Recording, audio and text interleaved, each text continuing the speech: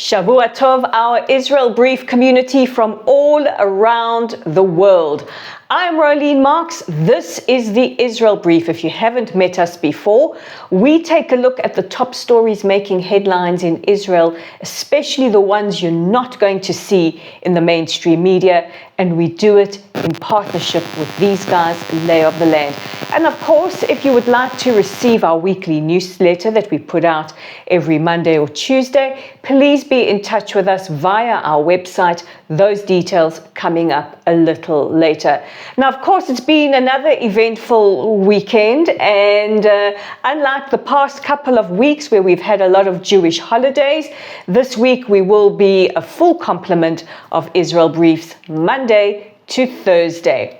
It is day 388 of Israel's war with Hamas, Operation Swords of Iron. As you guys also know, we are fighting on multiple fronts, including the north, Operation New Order, or Operation Arrows, as some might call it. It changes name. And of course, the other proxies that are sponsored by Iran, the Houthis, groups in Iraq and Syria also attacking us, terror groups from the West Bank, or what we call Judea and Samaria, launching attacks. And another front, which we don't talk about enough as a front, is the battle against rising anti-Semitism. In fact, I don't even think it's rising anymore. I think it's at astronomical levels. So 388 days of that, but the most important thing, 101 hostages still remain captive in Hamas's terror tunnels. We want them home now. So let's get into those top stories, and we begin with Operation Days of Repentance.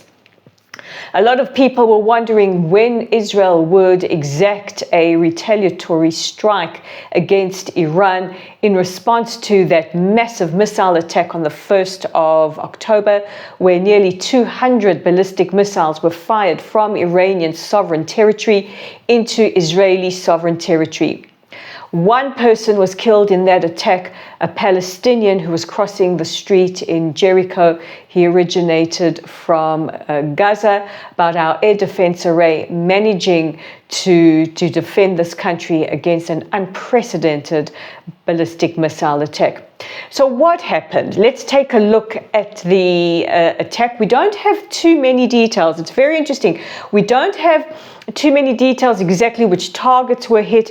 We know more or less what happened. What we do know is that at about 2 a.m. Israel time, and taking place in several waves, Israeli aircraft, a variety of aircraft, including a refueling plane, entered Iranian airspace and struck targets across the country. The Prime Minister yesterday in his address at memorial ceremonies did say that we struck decisively at their air defense capabilities and their ability to produce missiles. Some people said this was a damp squib, hoping that Israel will go straight for the nuclear sites or the oil fields. Some opining that maybe because of the upcoming US elections that Israel was restrained. But as more pundits look at the damage that has been caused and the likely targets that were hit, the story is very different. First of all, we have sent Iran a very, very important message that we can enter your airspace, that we can attack and make you vulnerable with impunity. The other is that we struck decisively at their air defense systems, which leaves them very vulnerable to attack. Now, there are some schools of thought. Will this mean that this could be an end of escalations between the two countries, or could this be Israel laying the foundations for further attacks? Only time will have the answer to that. But I have to pay special tribute to 4 exceptional women. For the first time in Israel's history, we had 4 female navigators flying as part of this crucial mission. And for me, I think of the little Israeli girl who thinks cannot be anything when I grow up, and sees these women who are shattering all glass ceilings and knowing that she can achieve anything. To me, I can't get enough of these four female navigators. And also there is a poetic justice of Israeli women with the freedom to achieve at the highest levels, attacking a country that persecutes its women who do not cover their hair properly. And for the Iranian women who might see this, women, life, freedom. One day we will dance again together, Israeli women and Iranian women. Shortly after the attack concluded, Israel's chief spokesperson of the IDF, Rear Admiral Daniel Hagari, noted that Israel had achieved all our goals, all our military objectives in this mission, and noted that all aircraft had returned home safely. In fact, you can see on social media there is some footage of squadrons flying in arrow formation, much to the delight of whoever was lucky enough to catch that in the early hours of the morning. He also said that it is anticipated that Iran could retaliate, and that the IDF, the Israeli Air Force, all stand ready to defend. Now, what has been the response? The response from allied countries like the United States, the United Kingdom, and Germany have reiterated Israel's right to defend herself and cautioned Iran against any retaliations. From countries like Saudi and the United Arab Emirates, we had condemnations of a violation of Iranian sovereignty without laying blame at anybody. But here's where we have to look at what is said in public and what goes on behind the scenes. It is no secret that Iran poses a threat not just to Israel, but to the region, and you can be sure that these countries would be applauding Israel behind the scenes and in closed diplomatic corridors. Iran has threatened to retaliate and also called for a meeting of the United Nations Security Council, who will meet and discuss the attack a little later this week. And of course, we will bring you some updates on that. So all in all, it was a military success for Israel. This has been backed up by the Institute for the Study of War, saying that this was a very, very decisive, very, very precise and strategic strike.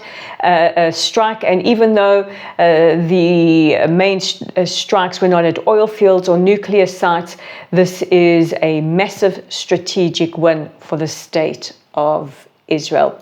And also, of course, the message is loud and clear that we won't pussyfoot around with Iranian proxies. We will go straight to the source and fight you on your territory if need be. In other news, after weeks of no movement, the negotiations for a possible ceasefire and hostage release deal were underway a little earlier today. Yesterday, the chief of the Mossad, David Barnea, departed for Doha in Qatar and met with his CIA counterpart, William Burns, and the Prime Minister of Qatar, Mohammed Al Thani.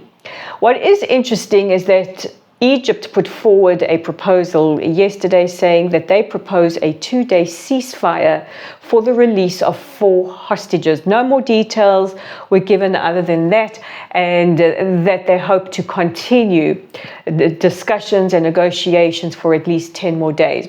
Now, a Hamas official has weighed in and said that their position is clear and transparent, and as we know, Hamas want a full cessation of hostilities and for IDF troops to withdraw completely before they even contemplate releasing the hostages. However, meetings concluded a short while ago, and without any detail given, we've just heard that they were positive. So let's see what transpires out of that.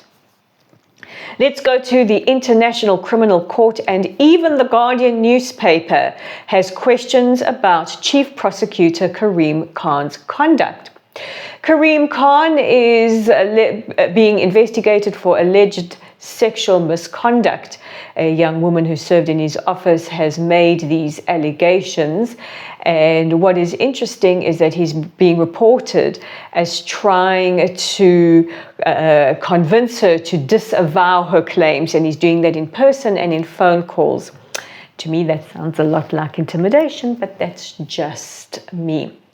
Some of the current prosecution team and previous prosecution team have weighed in as well. They say that, in their opinion, this could be Israel and allies trying to exploit the situation around Khan, and that they need to give the victim her right to due process. We think that you should consider your own conduct, because not only have you tried to distract from Karim Khan's allegations of sexual misconduct by trying to issue warrants of arrest for Prime Minister Netanyahu and Defense Minister Gallant as some kind of distraction, but weren't you supposed to board an airplane on the Friday before the announcement was made? Just saying. As many legal professionals have said, Israel has the laws of complementarity on our side. We have a very robust judicial system that will investigate any allegations, and there is no need for the ICC to try and impose its jurisdiction on Israel. And finally, yesterday was another national day of mourning in Israel. The date coincided with the Hebrew date of Simchat Torah, which was the day in the Hebrew calendar that Hamas invaded the south of Israel, the Gregorian calendar, the 7th of October, slaughtering over 1,200, raping, mutilating, torturing, and kidnapping over 251. Ceremonies were held all over the country. Flags were lowered to half-mast, and you could actually feel the sadness just spread across the country. President Herzog, in one of his addresses to the bereaved families, asked them for forgiveness, asking for forgiveness as the president for failing to protect their loved ones. And I think that for us in Israel, every single day feels like October the 7th. And I don't think we can begin to start that healing process until the remaining hostages are returned safely. So those are your top stories for today. Let's take a look at the audience question. And just a reminder, if you want to ask a question, please pop it in the comments section below or be in touch with us via our website. So today's question comes from Molly, and Molly wants to know, what does the IDF do with millions of shekels found? Well, Molly, they take it into custody and it goes to the tax authorities. So a short and easy one for you for today. And a reminder that you can check out our website at www.layoftheland.online, our Facebook page at Lotel Site. Our YouTube channel is right here at the Israel Brief. Please, if you like our content, click that red subscribe button. We are on Twitter at layoftheland5, Instagram at Rolene_Marks, LinkedIn at Rolene Marks, and all that remains for me is to say, God bless you all, take care of yourselves and each other, and I'll see you again for another edition of the Israel Brief tomorrow. Bye for now.